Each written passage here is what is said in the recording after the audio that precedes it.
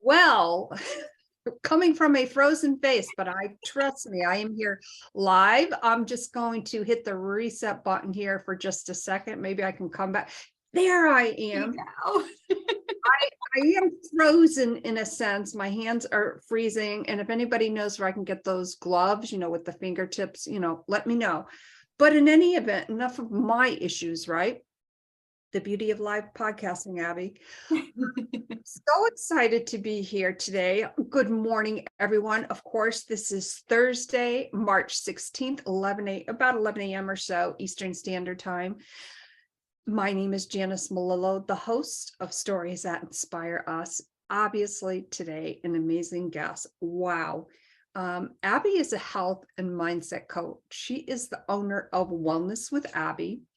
She loves coaching women who deserve to feel healthy and confident in their body while living the life they love.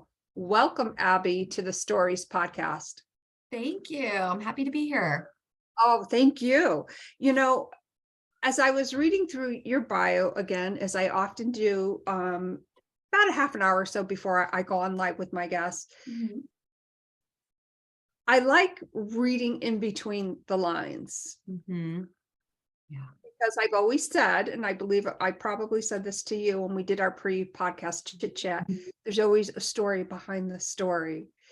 And what still sticks out to me is living the life they love. Because I think that's exactly what you've empowered yourself to do. Can you start us off and explain a little bit about your journey? Yeah. So I'm a reformed self-hater, I will say. I spent a good part of my life, over 20 years of my life, really criticizing myself, criticizing my body, criticizing the things that I did, criticizing myself for not being like others. Food for me was good or it was bad. There was no in between. There was no balance. There was really only obsession. I used movement as punishment for the bad foods or for not enough of the good foods. And I really just thought this was normal. I thought this was at the time I was a young girl. This started for me when I was about 12 years old. I just thought this was what girls and women did. I thought we watched what we ate. I thought we moved our bodies to burn calories and to stay small. I thought we compared ourselves to other people. And I just thought that this was normal. And I lived my life this way, again, most of my life through high school, through college, into, starting a career. And it wasn't until I got pregnant with my son, who he's now 8. I have 2 children now. But when I first got pregnant, I had this haunting thought of I have to gain weight. And it was really scary for me for a number of reasons. One being I wanted to be pregnant. This was something my husband and I were looking forward to. We were really excited. I wanted to have a healthy pregnancy. I wanted to have a healthy baby. I wanted to feel really good. And so I wanted it, but I also didn't know life in wanting to gain weight. It had been so far removed for me. I had spent all of my life trying to avoid gaining weight. And so it really made me realize, wait a minute, something's not right here. I have been so obsessed to the point where it really was consuming for me. I had spent so much time and so much energy throughout my life battling this inner mean girl that we all have inside of our heads. Some are a little bit louder than others, and some show up differently, and maybe it's not necessarily food and movement. It can be what I see with a lot of my clients is simply taking time for themselves. And we don't have time to take time for ourselves because everybody else needs us and our to-do list is too long. But there's always this voice that we're kind of battling. And I didn't realize for so long that I have control of that voice. And when I realized, hey, wait a minute, she's just a voice inside my head. She is just sentences that I'm actually creating. Right?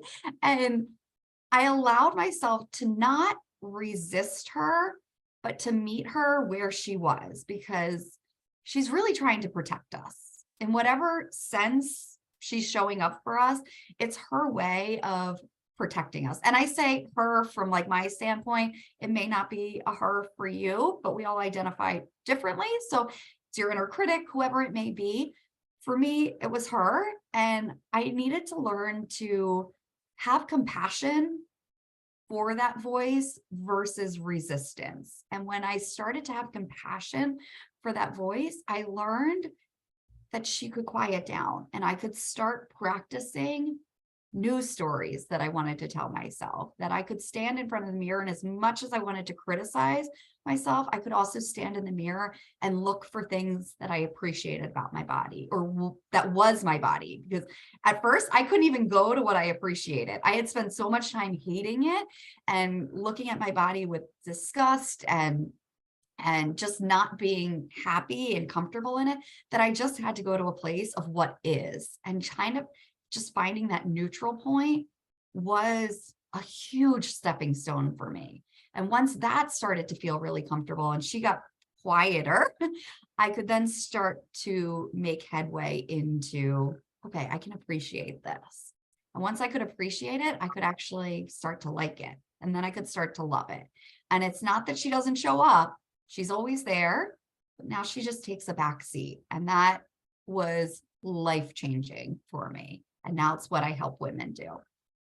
That is very life-changing, because I just imagined there's this commercial out there, and it shows a person like walking away from what's behind them, but it shows like the picture of them, like it's almost like a hologram, like Yeah.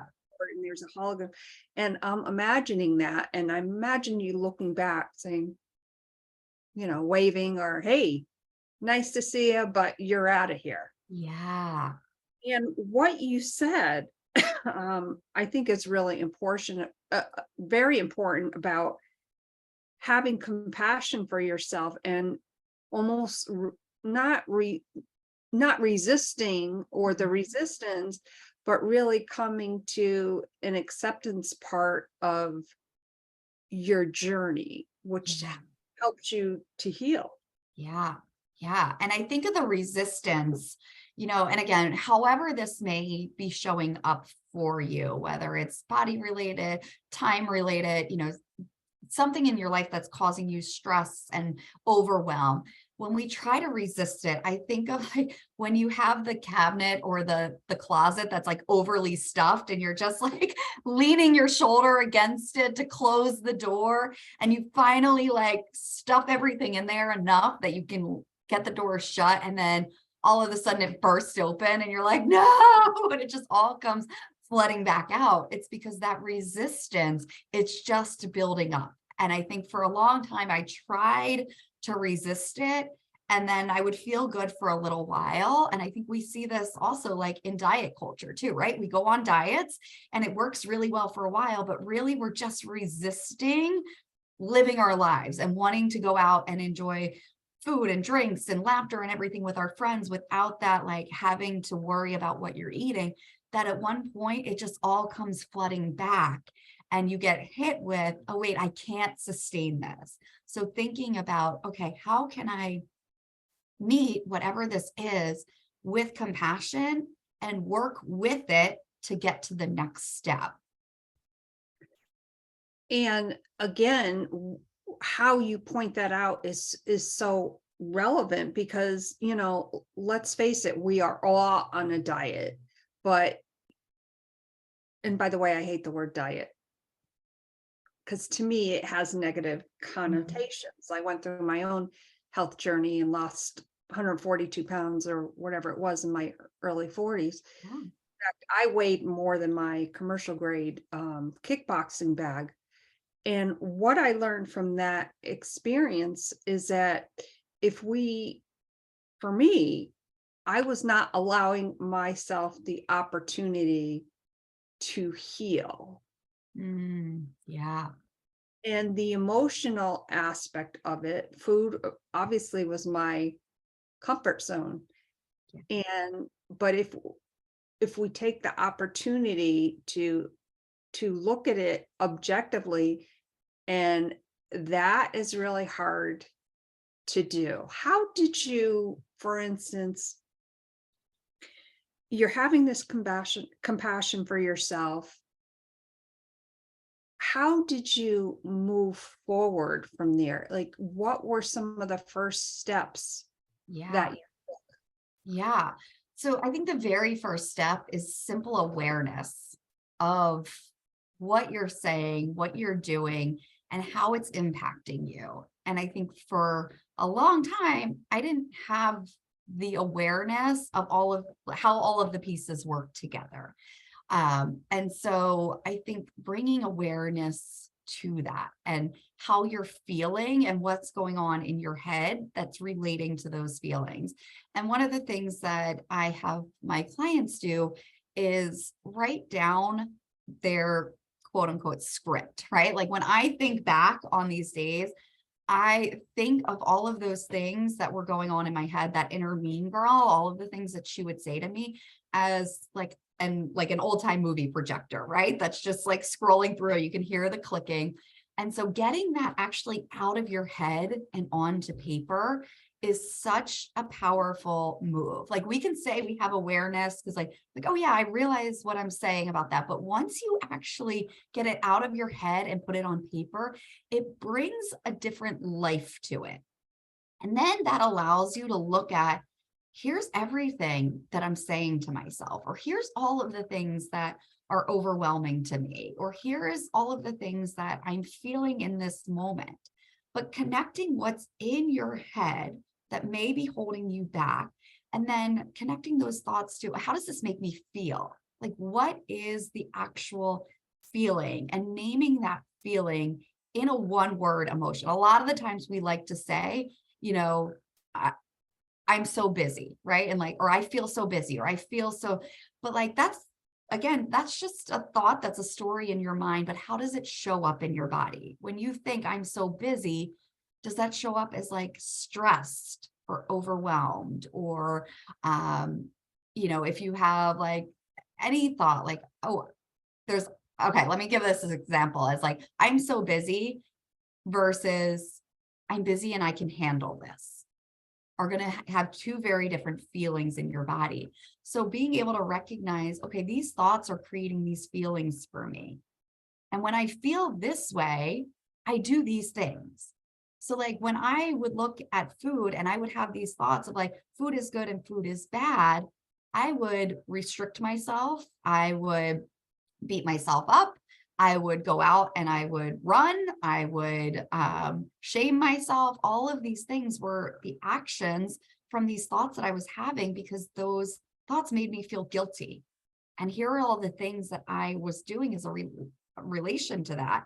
And so being able to see all of this together and just bringing that awareness to, hey, here's what I'm doing and how I'm feeling and all of the things that I'm thinking. And is it serving me? How is this helping me? Or is it not? And then from there, you can kind of start to write your story. What do I want to be doing?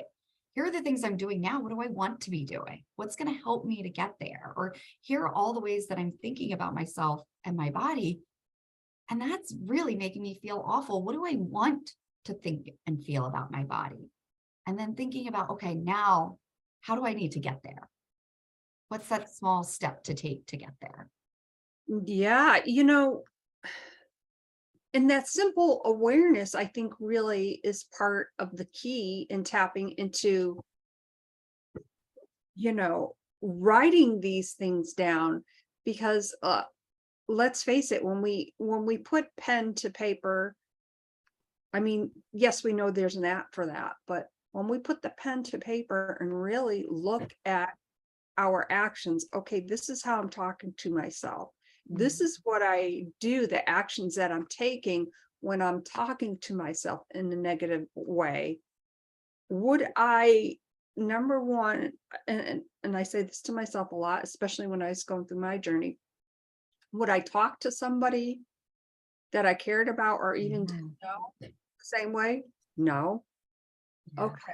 Why am I talking to myself this way? Why am I acting this way? What are some actions or what are some reactions that I can take away? yeah, yeah. And I think that point of like, would I talk to somebody else this way? Like actually envisioning yourself saying these words to your best friend, to your daughter, to your mom, to your son, to your partner, whoever it may be, it makes you think differently about it. You're like, why would I talk to myself that way? And some of it is just that's how we're used to talking to ourselves. But that doesn't mean that's the way we always have to talk to ourselves. And it doesn't mean that it's going to be easy, right? It's not a flip of the switch. I always tell my clients, like, don't expect to just be able to be like, okay, well, I'm done with this and I'm going to talk this way. It's a practice and you have to come back to it and it will get easier. But there are days that it is harder, and to not feel overwhelmed, to not feel like, oh, I can't do it. I'm never going to be able to do it. Or I knew I couldn't do it. All of the things that the same thoughts we have about dieting or getting into a consistent routine or taking time for ourselves, the same thoughts are going to come up when you're working on changing the way that you're talking to yourself. But again, meeting that I can't do this or, oh, I failed at this with compassion and just say, today's a harder day, but I can still recognize what's happening, that it's not serving me. You can sit with it. You can sit with it for as long as you want. But what you don't want to do is slide back down into the pool of, oh, it's not working. I can't do it. I'll never figure it out. You just notice. And if you can just stop with the awareness, just say, okay, this is happening right now. Hmm. I can get myself out of it. I can't get myself out of it right now. I'm just going to sit with it for today. I'm going to notice how it makes me feel. I'm going to notice the thoughts that are come up, but I'm not going to reach for the cookies. I'm not going to beat myself up. I'm not going to whatever your sort of trigger buffering point is to avoid feeling these feelings. You allow yourself to just feel the feelings. What ends up happening is you recognize you can get through it. It's just a feeling in your body that's caused by sentences in your head, and you can get through it. But we're so used to numbing ourselves with food, with shopping, with scrolling, with all of the things to avoid feeling our feelings that they just keep bubbling back up. So we have to start practicing just sitting with the emotions. If you can think a different thought and that feels good, and you're like, okay, I felt that and I thought that and I'm done with it because it's not serving me and now I'm over here. Amazing, good for you. But some days it's not going to happen, and that's okay too. That really is okay. And it's like almost like we don't afford ourselves that opportunity to say that and feel that. Yeah. And, I can recall, again, going back to my own health journey, are saying to myself, okay, this is hard, this is hard, this is hard. Well, I'm going to choose my hard and choose it wisely. Yeah. Once I had a different perspective on hard, I don't want to say that it was easier, it was still hard, but I was empowered that I made that decision with such clarity. Hmm. That was a hard process to get there. Yeah. Yeah. And the hardest thing we do as human beings is to do something new. So if something feels really hard right now, it may be because it's new for you. And at one point, it's not going to feel as hard. If you keep showing up for it, it will get easier. There may be days where it feels really hard, but there's also going to be days where you're not even thinking about it anymore. It just starts to become who you are. Yeah. And as we go forward in that journey, if we can like almost take a step back and realize, okay, this is where I am with my journey. Um, let's say hydration, like maybe say that somebody's trying to drink more water. Mhm. maybe that's the biggest thing that you are doing that day. Yeah. But that is fantastic, but because you've had that thought process, oh, my doctor said I need to drink a little more water. Well, let me start out on a small scale and then work up from there. Yeah. That's hard, but I want to say to anyone out there too, congratulate yourself that you did that. And we don't often do that. We don't congratulate ourselves. Yeah. Yeah, absolutely. And I always say, like, focus on that first glass of water, right? You can't get to 8 glasses of water a day without drinking 1 glass first. So just focus on that first glass of water before or until that first glass of water is something you're not even thinking about anymore. Then you can think about the second glass of water, right? And then you just keep building it up. But you're never going to get to 8 ounces without first nailing down, or 80 ounces or whatever your goal, without first nailing down that first 8 ounces. And the same thing, with weight loss. I have a client now who wants to lose about 100 pounds, and she was very overwhelmed by that. She's like, that just seems like so much. And she was beating herself up and feeling really guilty that she had even gotten to this point. And I said the same exact thing to her, like, okay, you want to lose 100 pounds. We're not going to focus on 100 pounds. We're going to focus on 1 pound at a time, because you can't lose 100 pounds without losing 1 pound. You can't lose 10 pounds without losing 1 pound. So let's take it 1 pound at a time. And exactly what you said, we're going to celebrate every pound that is lost. Because I think sometimes we go to those big milestones. We want to celebrate when we lose 10 pounds or 20 pounds or 50 pounds or whatever it may be. But all of those little pounds along the way, all of those, ounces of waters along the way, all of those steps that you take should be celebrated, because you can't get to that big goal without those steps first. That is so true. And, when I think back to where I started out and they said, okay, this is how, I would said, this is how much weight I want to lose. And I believe it was about, I remember 125, and I could be mistaken, whatever it was at the time. And I remember looking at all my steps going, oh my God. Like, it was such a realization in that moment. And as I'm driving home, I thought to myself, well, I am not going on another diet. I'm going to think of this as a wellness journey. Yeah. Because again, I go back to the word diet. And for me, diet has so many negative connotations with it. I can't even tell you how many diets I was on. Yeah. Yeah, it does. And I think, when you think about that, right, there's the awareness, and then there is taking the step of releasing any judgment that you have of yourself, of where you are, of where you want to be, of the things that have gotten you here, of the stories that you're telling yourself. So often we can be so critical of ourselves and think that I shouldn't be here. I shouldn't be telling myself this. I shouldn't do these things that I'm doing. I shouldn't have spent all of this time, getting to this place. I should have done all of these things. And we put this heavy load of judgment on ourselves. And if we can just release that judgment and just say, okay, here is where I am. These are the things that have happened, using those as an opportunity to look at, okay, I know these things don't work for me. And recognizing that, hey, I've done all of these things and they don't work.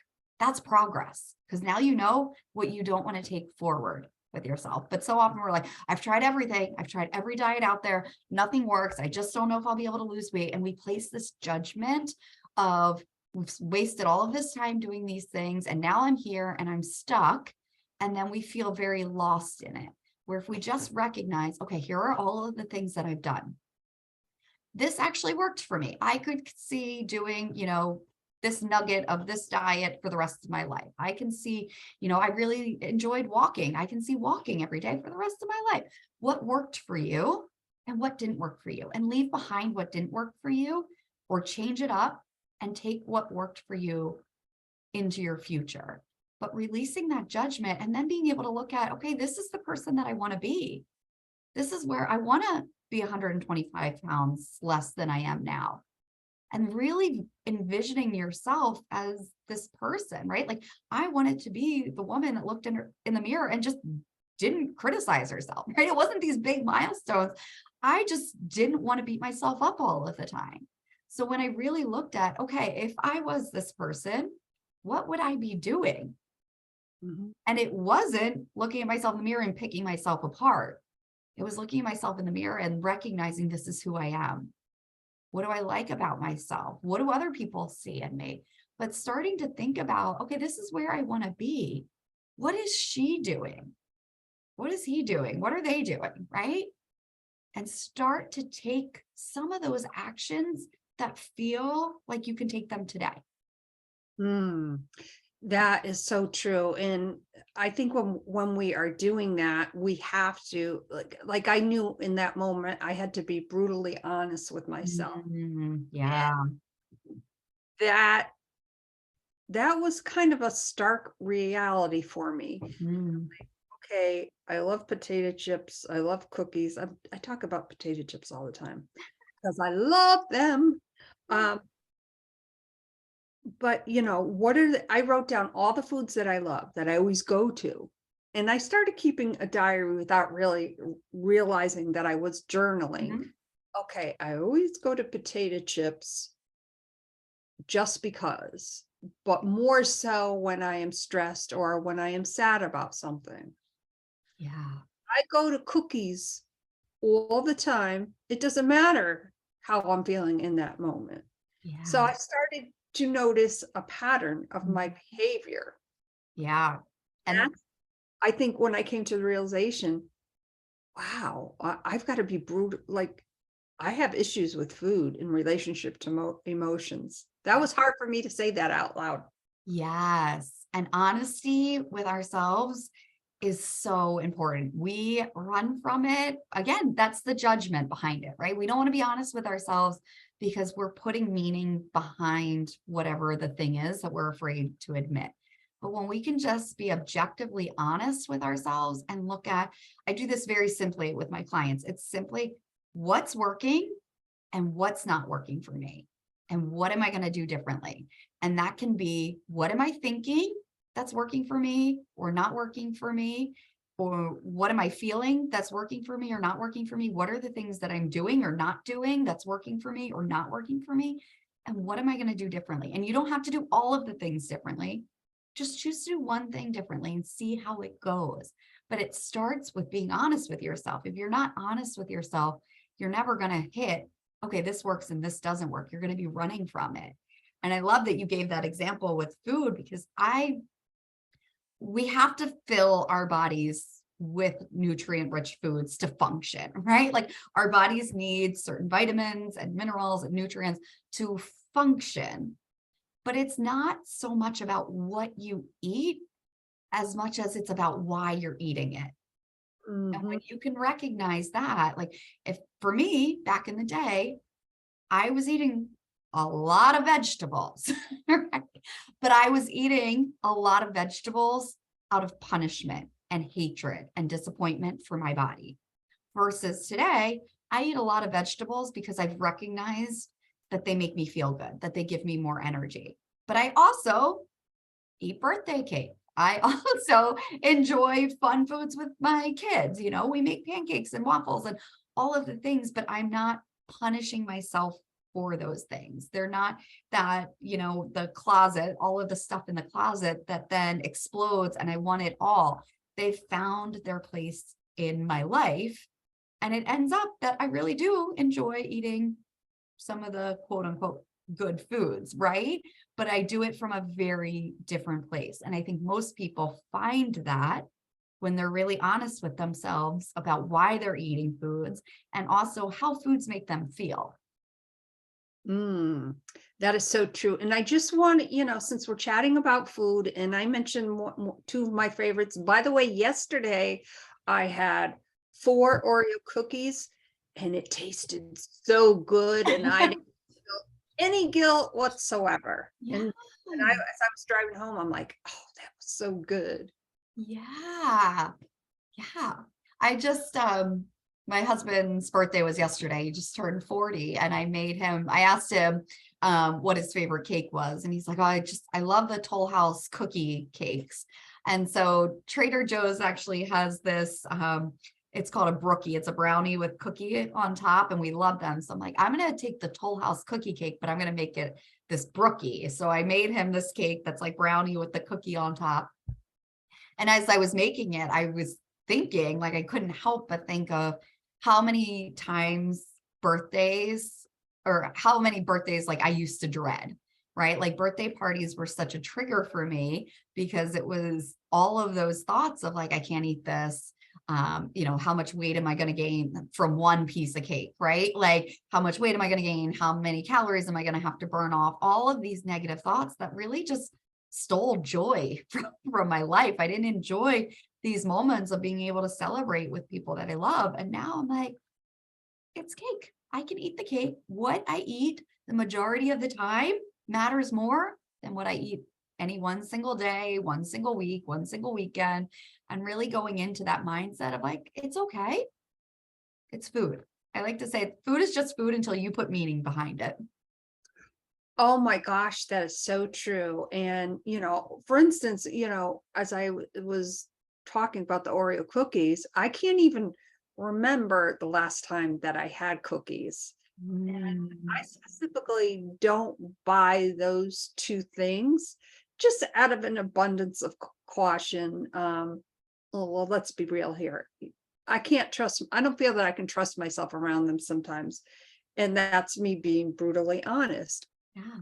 So when I had the cookies yesterday, I didn't give it a thought. I'm like, this is cool. Yeah. 4 cookies my limit. I'm satisfied. Yeah. Good. Yeah. Because those cookies are just neutral. Somebody else can eat those 4 cookies and have a completely different reaction to them. But the only difference is the way you're thinking about them and the way they're thinking about them. The cookies, they're just cookies. You They give are, them meaning behind them. and I love them. Did I already? Oh my gosh, I cracked myself up. Go back a moment to and of course I want to segue for just a moment and to welcome all of our amazing listeners currently on the Wisdom audio app. I see some familiar names, so thank you so much for being here today.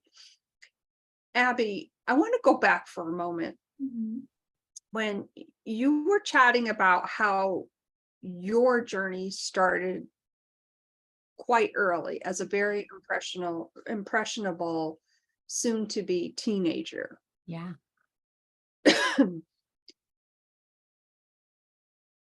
Did you have role models, or did you look at what social media, like everything that was happening around you? And I guess what I'm trying to ask is, how did you know as a young girl, like where did you learn that behavior, or was it just from social media or everything around you? Yeah. So to give some context behind it, this really started for me. I was in gymnastics and I had been for several years, and I had a coach at one point made a comment about being careful not to gain weight because gymnasts are meant to be small.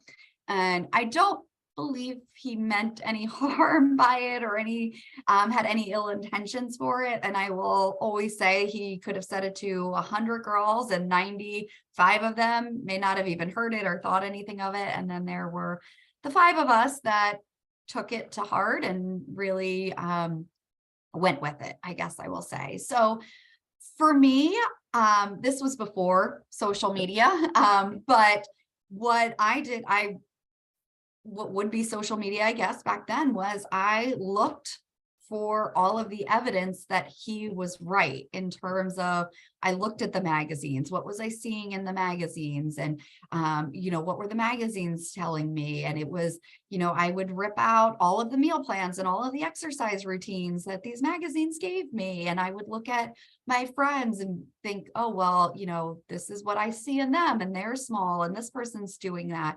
So I trained myself to look for the evidence that he was right.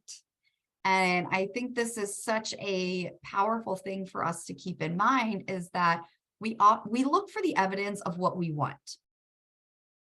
And we look for the evidence of what we believe is possible. So if you are going after a goal and you don't believe it's possible, you're going to look for all of the evidence that it's not possible. And then somewhere along the line, that evidence is going to build up to a place where you give up, because you're like, well, it's not possible. Here's all of the reasons why. But we can train our brains to look for all of the evidence that it is possible, that we can do it, that, look, somebody else is doing it. I did this today. It's going back to celebrating those small wins. Like, here's all the reasons why it is possible. And when you do that, you keep going. So I really trained my brain to look for all of the evidence why I shouldn't gain weight, why I didn't like my body, how I was different than others. And it, again, just stuck with me until I decided that wasn't the way that I wanted to live anymore, that I realized, like, hey, you can actually do this and be who you are by changing the way that you're thinking. And I think especially with social media, now we're taking the magazines of back in the day to a whole new level where it's always in your face. And so similarly, with your own journey of that awareness and the non-judgment, it's really being aware of, what are you filling your space with? Are you filling your space with social media accounts that lift you up or bring you down? If they're bringing you down, there's no reason that you have to follow them, right? Like, get them off of your feed, stop looking at them. But you have to become aware of, like, how are these things rippling and impacting yourself, your actions, your thoughts, and the realities that you're creating for yourself. Yeah. And what you said there is really key, that we tend to look for that evidence to prove ourselves wrong or prove ourselves right. Yeah. What would you say is something that you are looking for the evidence of? Oh, that's a really great question. The first thing that comes to my mind, just because, I've done my journey, I feel very confident and secure with where I am in my journey, but now I'm finding I'm on that same journey now, but in the sense of my business, right? So I have been coaching for several years, stepped into it full time about a year and a half ago. And now it's looking at, like, that little negative voice inside my head wants to creep up when it comes to building my business. And I have to take the same steps. So again, it doesn't matter what your goal is, becoming aware of the thoughts that you're having and that releasing that judgment. But for me, it's really looking for all of the evidence that, like, yeah, I'm going to be just as successful at this business as I was in a career where somebody hired me and paid me full time, right? And that's looking at other people who are successful in coaching. It's looking at all of the success that my clients have. It's celebrating every single client that comes my way. When you think of, like, starting a business, you have this goal in mind of, like, I want to help all of these women or all of these people. And it's like, well, every single one of them is celebratory, and to go after that. So I don't know if that's exactly answering your question, but that's the first thing that comes to mind. And I hope it's helpful to show people that no matter what your goal is, these same principles apply to anything. Absolutely. Yes, you answered that question beautifully, and then some, and you said it with such vitality and such confidence. Mhm. And really that can be applied toward whatever goal you are trying to reach. Yeah. Wow. Yeah, it's so important. I mean, I love that you brought up the celebrating the small wins because it's so important for us to. It's so easy for us to not celebrate those small wins and to always think like, no, I need more and I need better. But like more and better is never going to be enough if it's not enough for us right now. If we cannot find abundance in our lives now, even if we want to change things, even if we want to create different habits or lose weight or be more consistent or take more time for ourselves, we have to start with how can we feel really good in just what we are now? Because the reality is, this is who we are. We can't change the past that's led us right to this moment. So let's just appreciate where we are, find the goodness that surrounds you, and know that it can get better. Oh my gosh. So inspiring. Mhm. This has been such an amazing chat. Abby, I hope you will definitely consider coming on again because I Oh, I would. would love to. This has been fun. So tell us before we sign off, where can our viewers and listeners connect with you further? Yeah, so I'm most active on Instagram. Um, my handle is Wellness with Abby H, which is also my website, wellnesswithabbych.com. Since this is live on Facebook, I do have a Facebook group, Healthy Tips for Women. You can join that. It's linked in my website. It may be easier for people to just find that link there, but just love to share tips. I'm very big on those mindset shifts. As you can tell, I believe that all of the habits that we create in our lives and the way that we approach our lives begins in our mind. And so we start there and then we combine them with the appropriate actions that we need to take that make us feel good and allow us to really embrace that life that we want to live. So those are the main places that you can find me, and I hope it's helpful. Yes, it is very helpful. Thank you so much. And of course, I make sure that all of that information is in the show notes. Perfect. You know, these are the stories that inspire us, coming from a place of not having that love for yourself and compassion, and then really growing as you gracefully aged. And I know I could be your older sister. Um, but coming from a place of compassion to share that with others to change their lives, really and truly, these, like, I mean, with all my heart and soul, these are the stories that inspire us. So thank you so much for sharing your journey and honoring your journey in the process. Yeah, absolutely. We all have a ripple effect in this world. And once you find the thing that's for you, you can't hold it back. Certainly cannot. And on that note, I want to of course, thank you again, Abby. And to those of you out there listening to this podcast, or maybe you're going to view it on YouTube, wherever you check out the podcast, know that the journey that you are taking, the story that you want to share, I know you have a story within you. Share it with the world. Share it here with stories that inspire us. My name is Janice, the host of Stories That Inspire Us, and we shall see you again real soon. Bye for now, everyone.